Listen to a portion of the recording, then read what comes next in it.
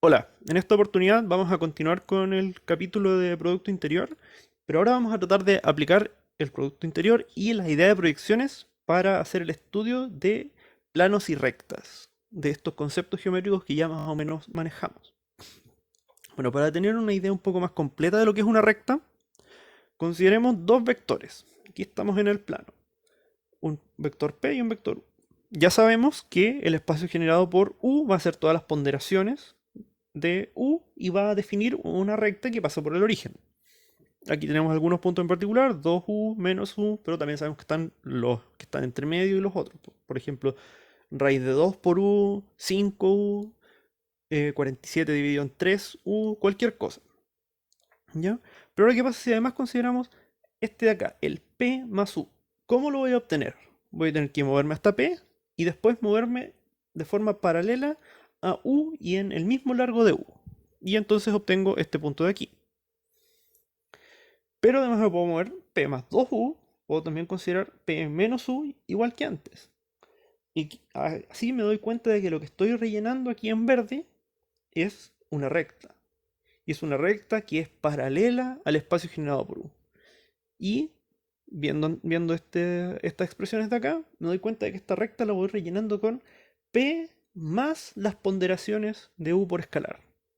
Y si los agrego todos, lo que obtengo es la recta verde completa. Y esa recta, por supuesto, es una recta que es paralela a U y que pasa por P. Y cualquier recta la voy a poder describir de esta forma. Si fuese una recta que fuese perpendicular a esta, podría moverme en la dirección P, por ejemplo, o una recta horizontal podría hacer lo mismo, pero con otro U. Entonces, para definir una recta, lo que vamos a considerar es un vector U que es no nulo, y vamos a decir que la recta necesita pasar por algún punto que conozcamos. Entonces la vamos a definir como con esta notación de L sub P primero, que es el punto donde pasa, y U una dirección, P, y la recta va a tomar la forma de P más alfa por U. O sea, P es el punto que ya sabemos que toma, y este alfa U son las ponderaciones de este vector U. Todas las ponderaciones. Entonces, U, como es el que dirige, es el que nos da la dirección, se va a llamar vector director, y P se va a llamar vector posición. Aquí se aprecia claramente por qué, porque P es un punto donde pasa y U es la dirección que toma. Aquí cabe mencionar, P no es único, podría pasar por otro P. Por ejemplo, aquí en este dibujo podríamos considerar este punto de acá, el 0,2, en vez de P, y obtenemos el mismo conjunto. La expresión puede ser un poco distinta, pero es el mismo conjunto. Como nota aparte, si es que el U fuese el vector nulo, ¿qué ocurriría aquí? Que tendría P más 0, más el nulo, porque alfa por el nulo me daría el nulo. Entonces, no importa cuál alfa sea, esto siempre es el vector P y por lo tanto sería solamente un punto. Y ese punto sería P. Esta ecuación, esta expresión de acá para la recta, se conoce como ecuación paramétrica o ecuación vectorial. Paramétrica porque tenemos un parámetro alfa que me dice cuánto me estoy moviendo. Pero ¿qué pasa si nosotros tenemos un vector en particular y queremos determinar si es que este vector está en la recta? ¿Qué es lo que tendríamos que hacer? Bueno, tendríamos que escribir, por ejemplo, x es igual a p más alfa por u y tratar de encontrar ese alfa para que eso se cumpla. Entonces tendríamos un sistema de ecuación, porque tenemos que resolver componente a componente. Además nos damos cuenta de que esta ecuación funciona exactamente igual si es que estamos en Rn. No es solo como en el ejemplo gráfico que es R2, porque al final todo lo que vamos a considerar es un punto de partida y una dirección en la que me muevo. Entonces igual es una recta. Por ejemplo en R3, pero también en R4, R5 o cualquier dimensión de R. Y entonces si consideramos dos vectores, el u que es la dirección con n componentes y el p el punto de partida, el vector posición, bueno, vamos a separar un poquito las cosas. Si es que la iésima componente de u es cero, entonces, ¿qué pasa con la iésima componente de este vector que estamos tratando de verificar si está o no está? Bueno, esa va a ser xi, va a ser pi más alfa por ui.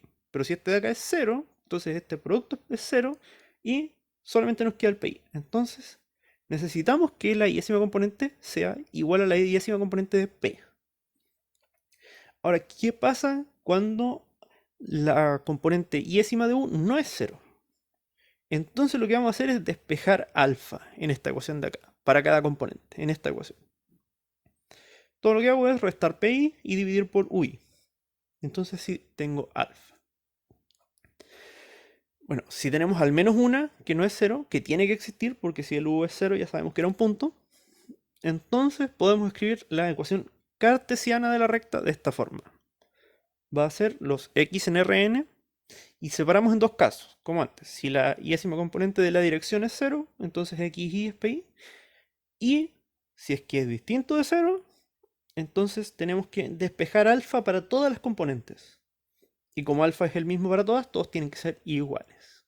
Y este de acá es el que no era cero. Entonces, si se fijan, aquí tenemos varios términos que son todos iguales entre ellos. Porque son todas las componentes donde el y es distinto de cero, todas son iguales a lo mismo, a este de acá. Entonces todas son iguales entre ellas también. Para tener un ejemplo, consideramos una recta que es paralela a este de acá y tiene vector posición este de acá. Bueno, si es paralela a esto, significa que esta es la dirección que sigue, porque si son paralelas tienen la misma dirección. Entonces, la ecuación paramétrica es sencilla, tomamos el vector d y le sumamos las ponderaciones de w. Bueno, si queremos la ecuación paramétrica, vamos a tener que estudiar este vector d que nos da la dirección. ¿Dónde están las componentes nulas? En la segunda. Entonces nos damos cuenta de que la segunda componente va a ser menos 1 más alfa por 0. O sea, la segunda componente es siempre menos 1. Entonces los x, y, z en R3 que estén en la recta tienen segunda componente menos 1, siempre. Y por otro lado, lo que hacemos es, si despejamos alfa en la primera y en la tercera, nos va a quedar 0 menos 2 alfa. Y aquí vamos a tener 2 más 3 alfa, y eso va a ser igual a x y va a ser igual a y. Entonces este es igual a este, y después resolvemos un poco la expresión y obtenemos lo de acá abajo. Entonces así se calcula la ecuación cartesiana de la recta. Bueno, ahora pasamos a los planos. ¿Cómo vamos a definir un plano? Bueno, necesitamos ahora dos vectores. Y van a tener que ser además linealmente independientes. Ya vamos a ver un poquito la idea de por qué. Bueno, igual que antes necesitamos un punto que es por donde pase este plano. Entonces, el plano va a ser similar a antes, P más alfa por U más beta por B con alfa y beta reales. Ahora tenemos dos vectores U y B que son los directores y tenemos el vector P de posición que es igual que antes. Aquí lo que sean linealmente independientes es muy importante. ¿Por qué? Porque si no, los beta por b se podrían obtener como algún alfa por u. Entonces este término no agregaría nada.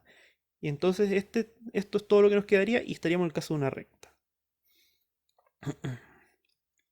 Bueno, pensemos primero el caso más sencillo, que es cuando pasa por el origen, o sea, cuando p es el nulo. Entonces, esto de acá, ¿qué nos queda? Nos queda alfa por u más beta por b con estos reales. O sea, son las combinaciones lineales de u y b, que son todas las combinaciones lineales, y por lo tanto tenemos el espacio generado por estos dos. Bueno, si no es así, vamos a considerar x y z, que va a ser esta combinación de acá, de p más las combinaciones lineales de u y b. Y vamos a despejar un poquito. Porque ahora yo sé que esto de acá es el espacio generado. Entonces, si a este de acá le paso restando el p, obtengo algo que es igual a las combinaciones lineales de acá. Entonces, en otras palabras, obtengo que si a x y z le resto p, tengo un elemento del espacio generado por estos dos. Tengo un elemento del plano que pasa por el origen, que tiene dirección u y b. Entonces, lo que tengo que hacer es, tomo un elemento de este plano, lo desplazo p, o lo desplazo menos p más bien, y obtengo un elemento del plano que pasa por el origen. Entonces es un espacio desplazado.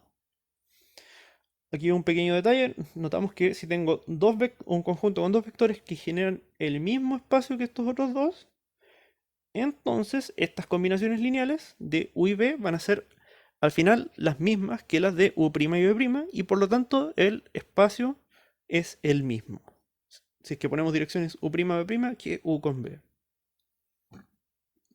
Y por otro lado, similar a lo que mencioné con las rectas, si tomo otro vector posición que también está en el plano, entonces se obtiene el mismo conjunto.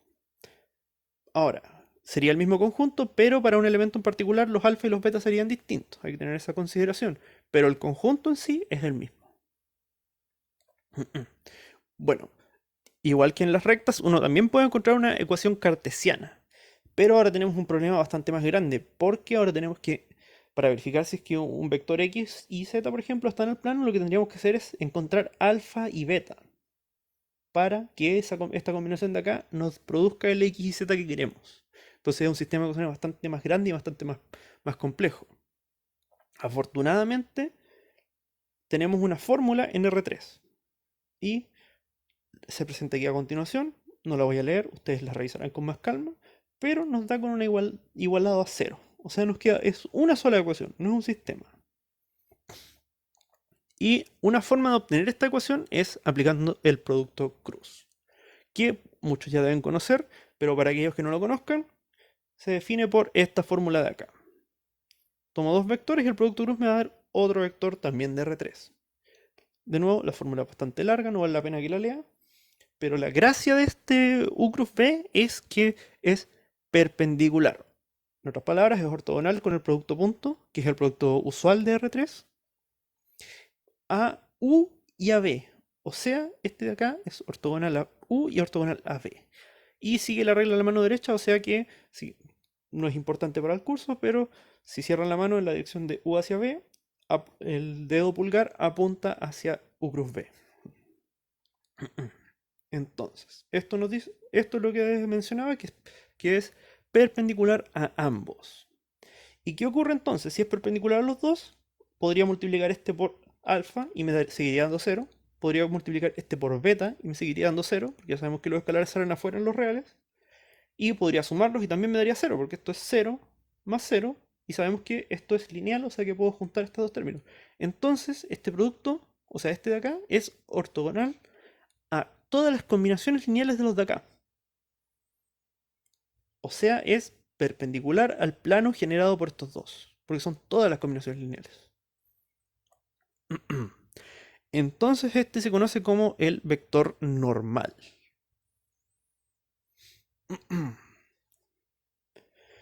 Bueno, la ecuación cartesiana del plano, entonces, como ya tenemos una idea de que es normal y que es perpendicular a algo, podemos hacer esto. Podemos considerar el x y z y restarles el vector posición.